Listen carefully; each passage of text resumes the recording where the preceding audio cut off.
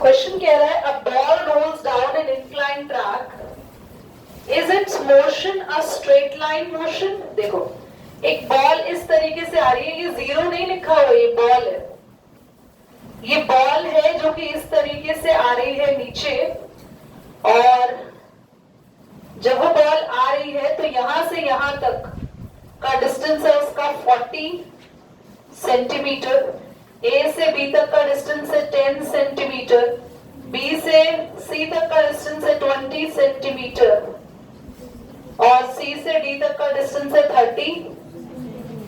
या ये तो बॉल है और यहाँ पे छोटा सा ओ भी है। क्वेश्चन कह रहा है कि क्या ये एक स्ट्रेट लाइन मोशन होगा? जल्दी बताओ। Yes, it is a straight line motion, है ना? Assuming the straight point of the ball O to be the origin, can its motion from O to D be depicted by using the horizontal line?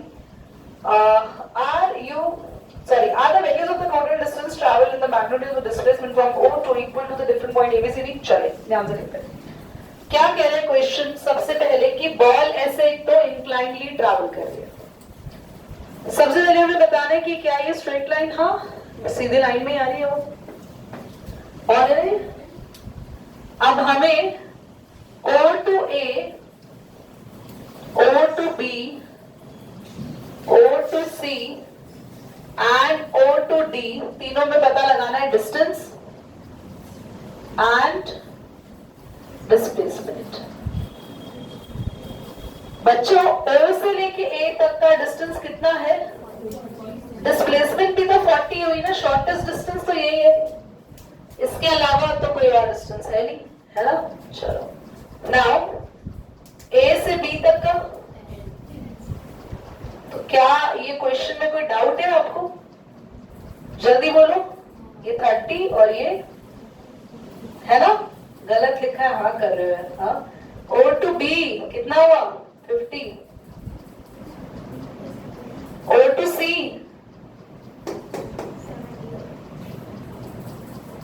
and O to D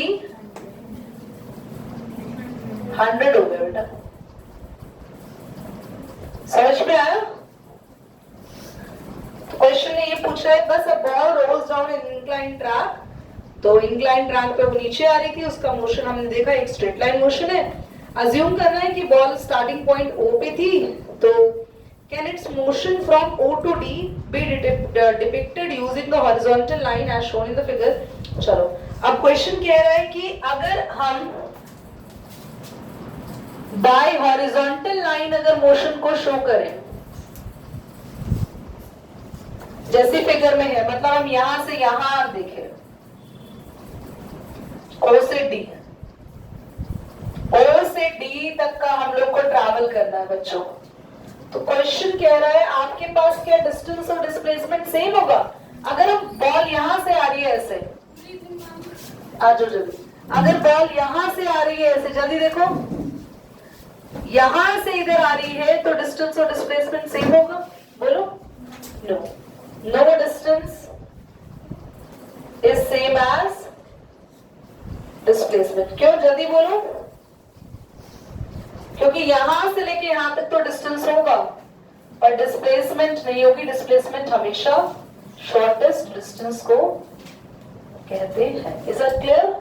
चलिए, इस question में इतना कुछ खास था नहीं, यही था। डिम्पी एक बार फटाफट से क्वेश्चन को एक बार ओके स्टार्ट करेंगे। हमारा जो कॉन्सेप्ट है वो है आज एवरेज स्पीड, जिसका फॉर्मूला होता है टोटल डिस्टेंस अपॉन में टोटल टाइम। फॉर एग्जाम्पल, आप यहां से ट्रैवल कर रहे हैं दिल्ली, और आप दिल्ली से आगरा ट्रैवल कर रहे हैं, तो आपने दिल्ली से आगरा में हर बार देखा आपकी स्पीड अलग अलग होगी ना। कभी आप 100 की स्पीड पे होंगे, कभी आप 90 की स्पीड पे होंगे, कभी आप 95 की स्पीड पे होंगे, कभी 110 की स्पीड पे होंगे। तो मतलब डिफरेंट स्पीड पे आपकी गाड़ी चल रही होगी। और अगर मैं पूरी जर्नी की एवरेज स्पीड पूछूं कि आपने मैक्सिमम टाइम पे किस स्पीड पे गाड़ी चलाई, तो आपको टोटल डिस्टेंस पता लगाना है आपका दिल्ली से आगरा कितना है, और आपको ये पता लगाना है आप कितने टाइम में पहुंच गए, और अगर आप दोनों को डिवाइड करेंगे तो आपकी क्या आ जाएगी, जल्दी बोलो, एवरेज स्पीड। कितने बच्चों को समझ में आ गया एवरेज स्पीड? यस। आगे देखेंगे, नेक्स्ट वी हैव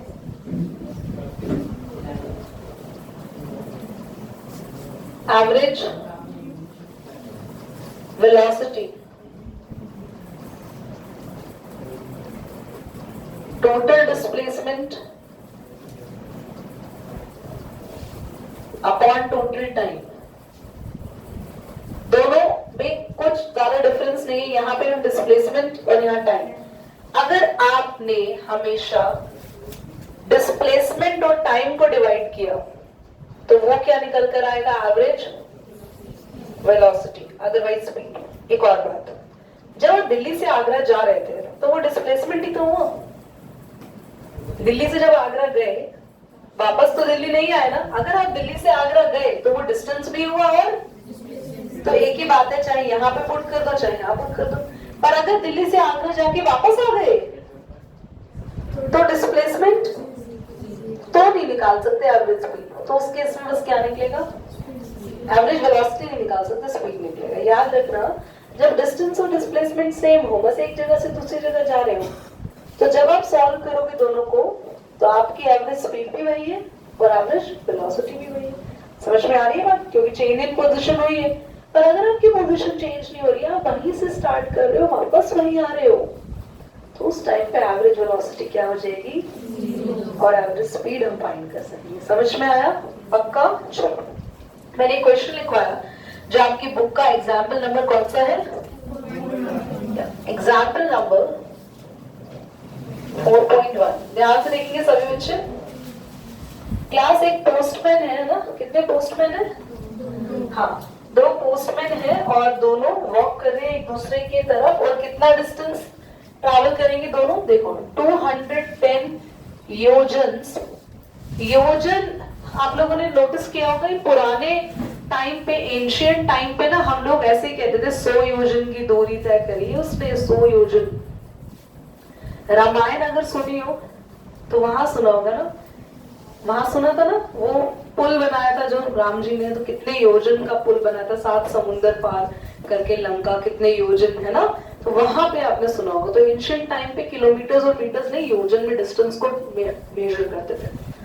तो 2 पोस्टमैन है और दोनों कितने डिस्टेंस पर खड़े हैं, 210 योजन, 210 योजन के डिस्टेंस पर खड़े। एक पोस्टमैन 1 खड़ा है, एक पोस्टमैन 2 खड़ा है। वन डे में दे बोथ ट्रैवल, एक दिन का ट्रैवल डिस्टेंस पहले पोस्टमैन का कितना है, 9 योजन, चेक कर लो है ना, दूसरे पोस्टमैन का, तो टोटल एक दिन में दोनों कितना ट्रैवल कर रहे हैं।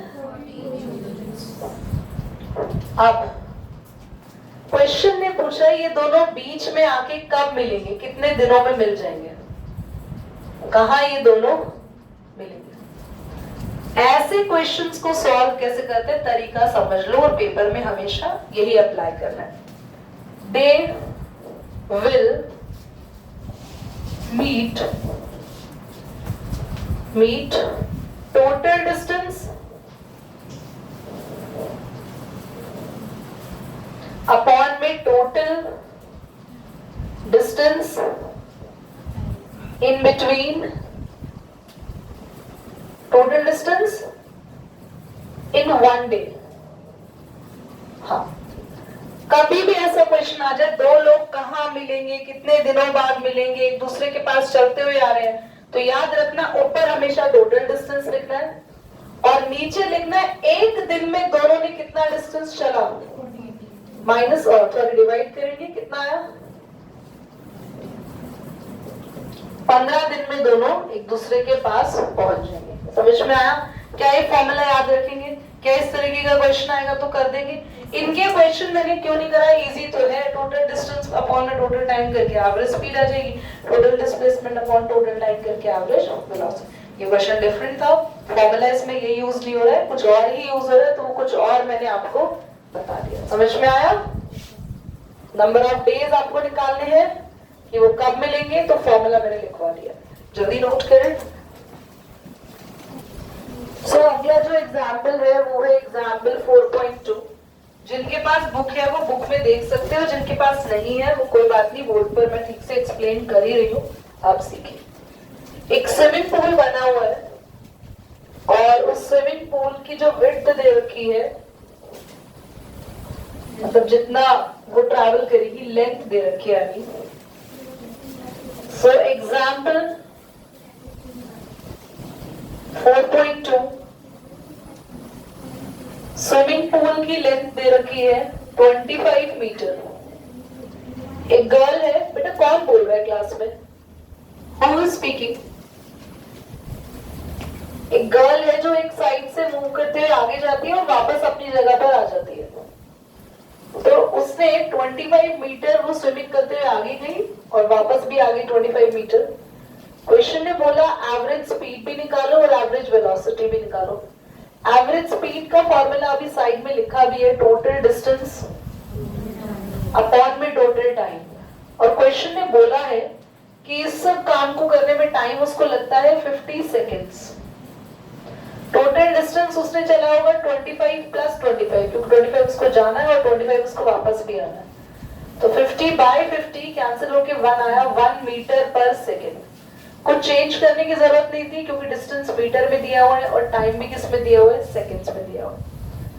एवरेज वेलोसिटी का फॉर्मूला जो आप सभी को पता है, that is total displacement upon में टोटल टाइम।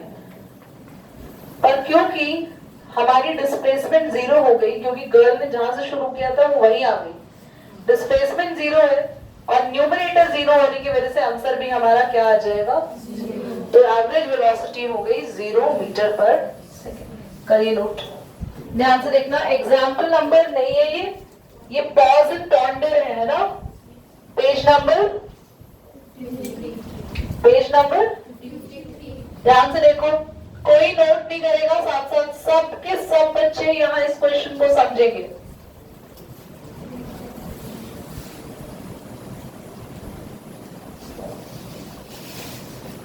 पूरी क्लास ध्यान से इस क्वेश्चन को समझेगी एवरीबॉडी। हमारे पास क्वेश्चन कह रहा है आपने कितना ड्राइव किया? 200 किलोमीटर नॉर्थ। पहले डायरेक्शन समझ लो।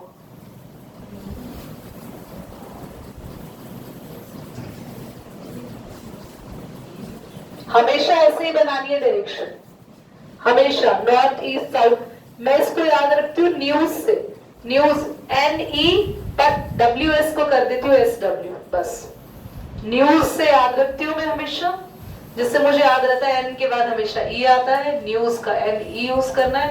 जैसे ये दोनों रख दिए तो ये तो अपोजिट है, नॉर्थ के अपोजिट हमेशा साउथ रहता है और ईस्ट के अपोजिट हमेशा वेस्ट रहता है। कितना ड्राइव किए जल्दी बोलो? 200 किलोमीटर नॉर्थ है ना, और कितने टाइम में? 3 आवर्स। तो मैंने ऊपर की तरफ एरो क्यों बनाया? क्योंकि नॉर्थ मेरा ऊपर ही था। फिर वहां से कहां गए? कितना? 200 किलोमीटर। हाँ, एक मिनट। तो यहाँ पे हुआ 200 किलोमीटर नॉर्थ गए, फिर 200 किलोमीटर कहाँ आ गए? साउथ आ गए। Afterward you drive 200 kilometre south in 2 hours. तो वापस ही आ गए भाई 200 किलोमीटर। इस बार कितने टाइम में आए? तो आपको बोला है आप फाइंड करो एवरेज स्पीड है ना, और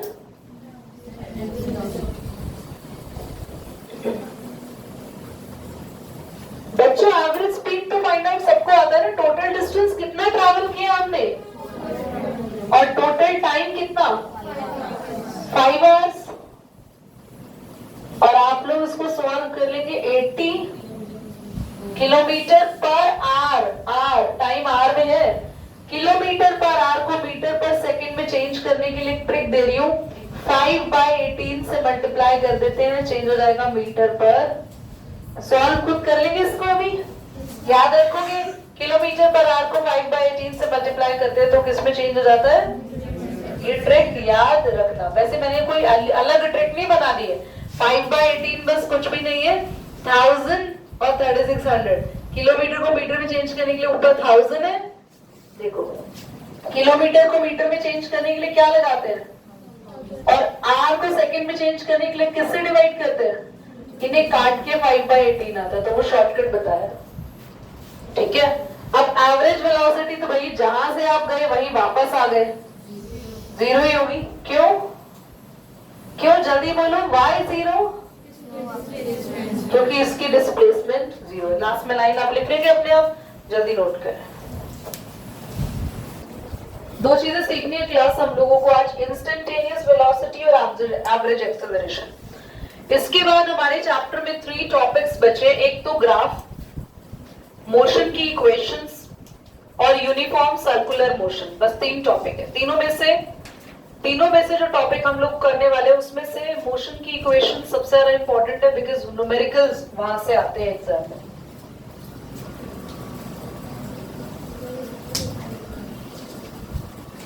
What's happening? Huh? Who did this? Preet? To Ansh? To Bharat? क्या हुआ? कौन कर रहे हैं? होंगे तुम्हारी मैम। देखो इधर सभी बच्चे, तो आपके पास है, अगर आप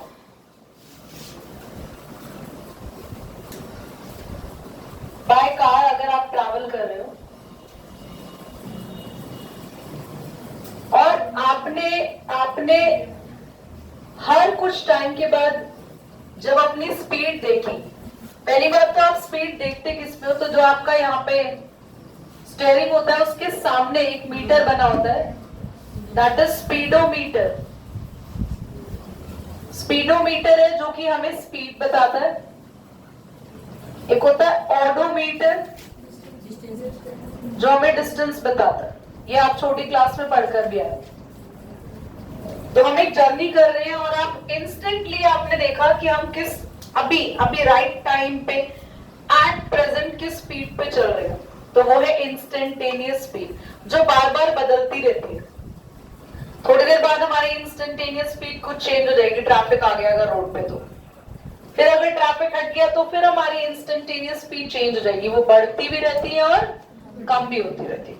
पर एवरेज स्पीड जो है वो पूरी जर्नी की सेम होती है, इसीलिए उसको कैलकुलेट कब करते हैं, जब जर्नी खत्म हो जाती है, क्योंकि उसके लिए हमें चाहिए होता है पूरे जर्नी का टोटल डिस्टेंस और पूरे जर्नी का टोटल एवरेज स्पीड। हम कब कैलकुलेट करते हैं, जर्नी के एंड में वो सेम रहती है पूरे जर्नी की। और इंस्टेंटेनियस स्पीड जो होती है वो आप बीच में कभी भी कैलकुलेट कर सकते हो, हमेशा स्पीडोमीटर देख के पता लगा सकते हो। और इंस्टेंटेनियस स्पीड हर टाइम के बाद क्या होती रहती है, चेंज होती है। समझ में आ गया? पक्का? नाउ अब मैंने जो टॉपिक पढ़ाना है वो है एक्सेलरेशन, जिसको आपकी न्यू बुक के अकॉर्डिंग कहा जाता है एवरेज एक्सेलरेशन, जिसका फॉर्मूला है change in velocity with respect to time. बच्चों मान लो आप एक प्लेस ए से प्लेस बी पे जा रहे हैं, तो शुरू में इनिशियल, यहां दिख रहा है सबको, दिख रहा है इनिशियल, मान लो आपकी वेलोसिटी रही है, मान क्यों लें, केमिस्ट्री में इनिशियल, साइंस में, फिजिक्स में इनिशियल वेलोसिटी को हमेशा यू से लिखेंगे। और फाइनल वेलोसिटी जब आप पहुंच गए, जब आप पहुंचे तो वो होती है हमारी। तो जब भी आप एक जगह से दूसरी जगह जाते हैं तो आपकी जो पोजीशन है वो वेलोसिटी है उसमें चेंज आता है। शुरू में आपकी वेलोसिटी अलग होती है, जब आप पहुंच गए तो आपकी वेलोसिटी अलग होती है। तो आपका जो भी जर्नी में किस में चेंज आया उसको लिखते हैं v minus you, final velocity minus initial velocity, initial मतलब शुरुआती, स्टार्टिंग, अपॉन में टाइम। तो v minus you, final velocity को क्या बोलते हैं, इनिशियल वेलोसिटी को क्या बोलते हैं, शुरुआती, बिगिनिंग की स्पीड u और फाइनल खत्म होने वाली स्पीड, दोनों की स्पीड का डिफरेंस अगर टाइम से डिवाइड करेंगे तो हमेशा आपको क्या मिलेगा, एक्सेलरेशन। और ऐसा यूनिट क्या होती है मैंने लिखवा दिया एक्सेलरेशन की, मीटर पर सेकंड स्क्वायर, और मीटर पर सेकंड स्क्वायर को ऐसे -2 भी लिख सकते हैं। अगर आप बीच में स्लैश ला रहे हैं तो प्लस में 2 होगा, पर बीच में से स्लैश हटा रहे हैं तो माइनस क्यों हो गया? क्योंकि इसका मतलब है ये ऊपर लिख दिया आपने साथ में, है ना। अगर आप स्लैश लगाते हैं यानी कि डिनोमिनेटर में लिखा हुआ है आपने सेकंड स्क्वायर, पर अगर सेकंड स्क्वायर ऊपर ले आते हैं तो ये पावर किसमें हो जाएगी? उसमें स्लैश आपको नहीं लगाना, याद रखना। चलिए जल्दी से यूनिट लिखिए।